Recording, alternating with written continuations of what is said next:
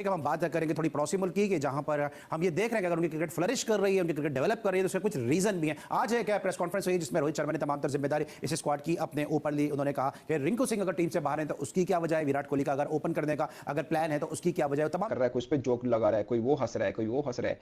वजह क्या है कि वो गाड़ी ऐसी है जिसका ड्राइवर ही नहीं पता कौन है। मेन वजह ये है कि इस गाड़ी का ड्राइवर कौन है नहीं पता, यानी चीफ सेलेक्टर कौन है नहीं पता। इसलिए कोई भी नहीं कह रहा कि मैं, कितना आसान है इंडिया के लिए, अजीत अग्रकर बैठे हैं, सामने कप्तान बैठे हैं, प्रेस कॉन्फ्रेंस हो गई, सिंपल। तो हम किस चीज की बातें करते हैं फिर? वो इंडिया इंडिया हम कहते हैं जी, इंडिया ये इंडिया। भाई उनका सिस्टम अच्छा है, वो मेरिट के प्लेयर्स के लाते हैं, देख लो पहले नंबर पे है उनकी टीम और हमारी 7वें नंबर पे। देखिए उनका रणजी ट्रॉफी एक मैंने आपको क्या कहा सिस्टम, जो मैं बात सिस्टम की कर रहा था, एक स्ट्रक्चर है। उनकी अंडर 19 टीम को आप देख लें, उनकी आप इमर्जिंग टीम को देख लें, उनकी जो ए टीम है उसको देख लें, उनकी इंडिया उनकी खवातीन टीम को देख लें। यार आप छोड़ दें इस चीज़ को कि इस वक्त दुनिया में किस क्रिकेट के हवाले से, बल्कि मैं तो कहता हूँ इंडिया हर स्पोर्ट्स में बहुत ग्रूम कर रहा है। कबड्डी में आप देख लें उनकी, वो हर चीज़ के ऊपर इन्वेस्ट कर रहे हैं। बैडमिंटन लीग उनकी हुई है एग्जैक्टली। तो आप देखो कितनी नॉन सीरियस तरीके से प्रेस कॉन्फ्रेंस की है। एक तरफ इंडिया की प्रेस कॉन्फ्रेंस थी, सीरियसनेस आपको नजर आ रही थी, लॉजिकल आंसर नजर आ रहे थे, और पाकिस्तान की प्रेस कॉन्फ्रेंस में जोकरों की हो रही थी। दिसंबर 2022 जब रमीज राजा चेयरमैन थे, फिर सेठी साहब चेंज हुई, फिर रखा साहब, फिर मोहसिन नकवी साहब। क्विकली मैं आपसे अगर पूछूं, ये जो हमारा डोमेस्टिक टैलेंट है, जो साइम अयूब आए तो वो भी स्ट्रगल कर रहे हैं, हमारे पास ना खुशदिल शाह चल रहे, ना हैदर चले, ना फिर आसिफ अली चले, अब इफ्तिखार का भी इशू है। तो सर हमारी डोमेस्टिक क्रिकेट ओवरऑल और स्ट्रक्चर हमारा भी एक्सपोज है ना कि हम तो प्लेयर प्रोड्यूस नहीं कर पा रहे। रिजवान बाबर अगर T20 में भी रन ना करें तो क्या हम 150 रन भी बना सकते हैं? कुछ अनाउंस हो रहे हो क्योंकि हर नाम के ऊपर हंस रहे हैं और खिखियां निकाल रहे हैं, कोई इस तरह कर रहा है, उस तरह कर रहा है। और आप इंडिया की कल प्रेस कॉन्फ्रेंस देखें, उसमें भी स्माइल पास हुई, ऐसा नहीं हुआ कि वो रोड करके बन के बैठे रहे, बट लगा कि किसी क्रिकेट बोर्ड की, क्योंकि दोस्तों ये प्रेस कॉन्फ्रेंसेस थी ना दोनों की, ये कोई भी बोर्ड अगर कर रहा है वो बहुत खास है। उसकी वजह ये है कि दुनिया भर के लोग बैठ के देखते हैं, क्योंकि वर्ल्ड कप की। मैं आपको इंडिया की तरफ अगर लेके चलूं, आप अभिषेक शर्मा को देखें, आप रियान पराग को देखें, आप आशुतोष शर्मा को देखें, आप शशांक उसको देखें, सिंह को, सो वो आप नजर आता है कि वो साई सुदर्शन है कि उनका जो नया टैलेंट आ रहा है। अभी जो उनकी टीम बाहर हुई है, मतलब जो लड़के बाहर हुए हैं, उनकी वो टीम उठा के देख लें तो एटलीस्ट आपको नजर आ रहा है कि investment for the future India cricket board की बिगेस्ट केस स्टडी बनती है। पाकिस्तान के साथ तो कंपेयर ही नहीं होते। जय हिंद दोस्तों, नमस्कार दोस्तों। आगे हम इस वीडियो में देखेंगे कि भारतीय टीम की T20 world cup squad announcement के बाद भारतीय कप्तान रोहित शर्मा और भारतीय टीम के चीफ सेलेक्टर अजीत आगरकर ने एक प्रेस कॉन्फ्रेंस की। भाई दोस्तों, दूसरी तरफ पाकिस्तान सिलेक्शन टीम ने भी एक प्रेस कॉन्फ्रेंस की, और जिस तरीके से पाकिस्तान सिलेक्शन टीम का दुनिया भर में मजाक बना, और दूसरी तरफ जिस तरीके से भारतीय कप्तान रोहित शर्मा ने प्रेस कॉन्फ्रेंस में मीडिया के सवालों के जवाब दिए, उसे देखकर पाकिस्तानी मीडिया हैरान हुई है और रोहित शर्मा की प्रेस कॉन्फ्रेंस की तारीफ कर रही है। वही पाकिस्तान सिलेक्शन टीम की पाकिस्तानी मीडिया जमकर धज्जियां उड़ा रही है।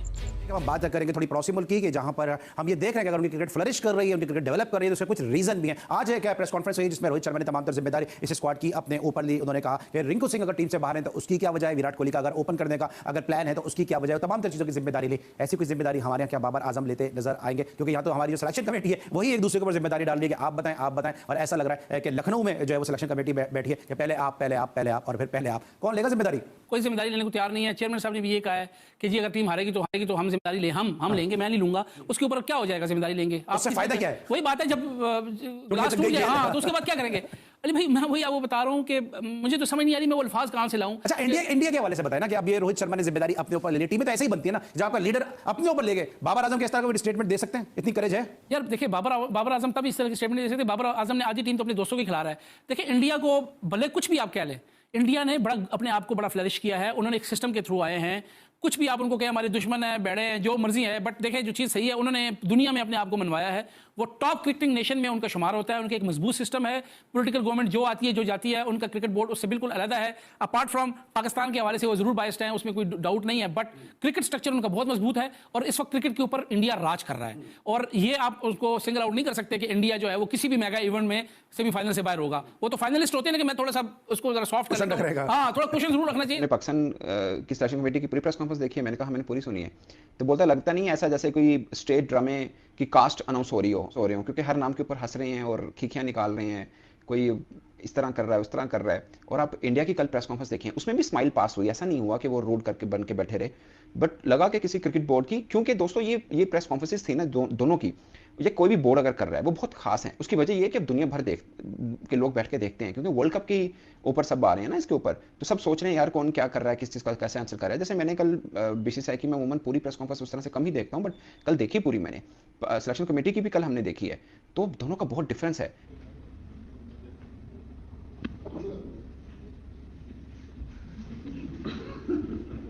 दोस्तों सिर्फ इतना ही नहीं, तो इस तरह की बहुत सी बातें हैं उस पूरी प्रेस कॉन्फ्रेंस में। कोई उस पर मजाक कर रहा है, कोई उस पर जोक लगा रहा है, कोई वो हंस रहा है, कोई वो हंस रहा है। वजह क्या है कि वो गाड़ी ऐसी है जिसका ड्राइवर ही नहीं पता कौन है। मेन वजह ये है कि इस गाड़ी का ड्राइवर कौन है नहीं पता, यानी चीफ सेलेक्टर कौन है नहीं पता। इसलिए कोई भी नहीं कह रहा कि मैं, कितना आसान है इंडिया के लिए, अजीत अग्रकर बैठे हैं, साथ में कप्तान बैठे हैं, प्रेस कॉन्फ्रेंस हो गई, सिंपल, वेरी सिंपल।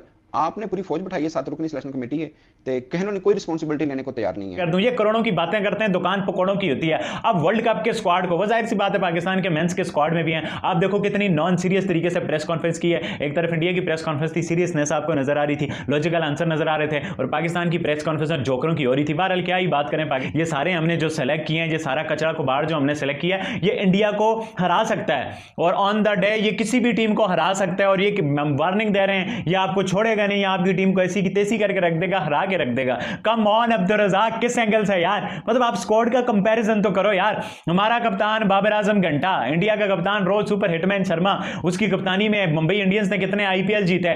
ठीक है, उनको उसकी कदर नहीं थी, बट आप एक अचीवमेंट तो है, एक हिस्ट्री तो है इंडिया की। वो जिस तरह से कप्तानी करता है, वर्ल्ड कप में आप देखो फाइनल तक वो लेके गया। और छोड़ो कप्तानी को तो साइड पे कर दो, आप बैटिंग की बात करो यार। ओडीआई में उसको डबल 100 है, T20 में जो स्ट्राइक रेट मैटर करता है, आप बाबर आजम को रोहित शर्मा का स्ट्राइक रेट तो देखो यार, दोनों एक नंबर पे आते हैं। आप फिर जासवाल आता है साथ, और एक साइड सहम अयूब को। पाकिस्तान क्रिकेट जो T20s में है वो अब बहुत ज्यादा एक्सपोज हो चुकी है और इररेलेवेंट हो गई मॉडर्न क्रिकेट से, क्योंकि T20 क्रिकेट पिछले 1 साल 1.5 साल में इवॉल्व होती चली गई।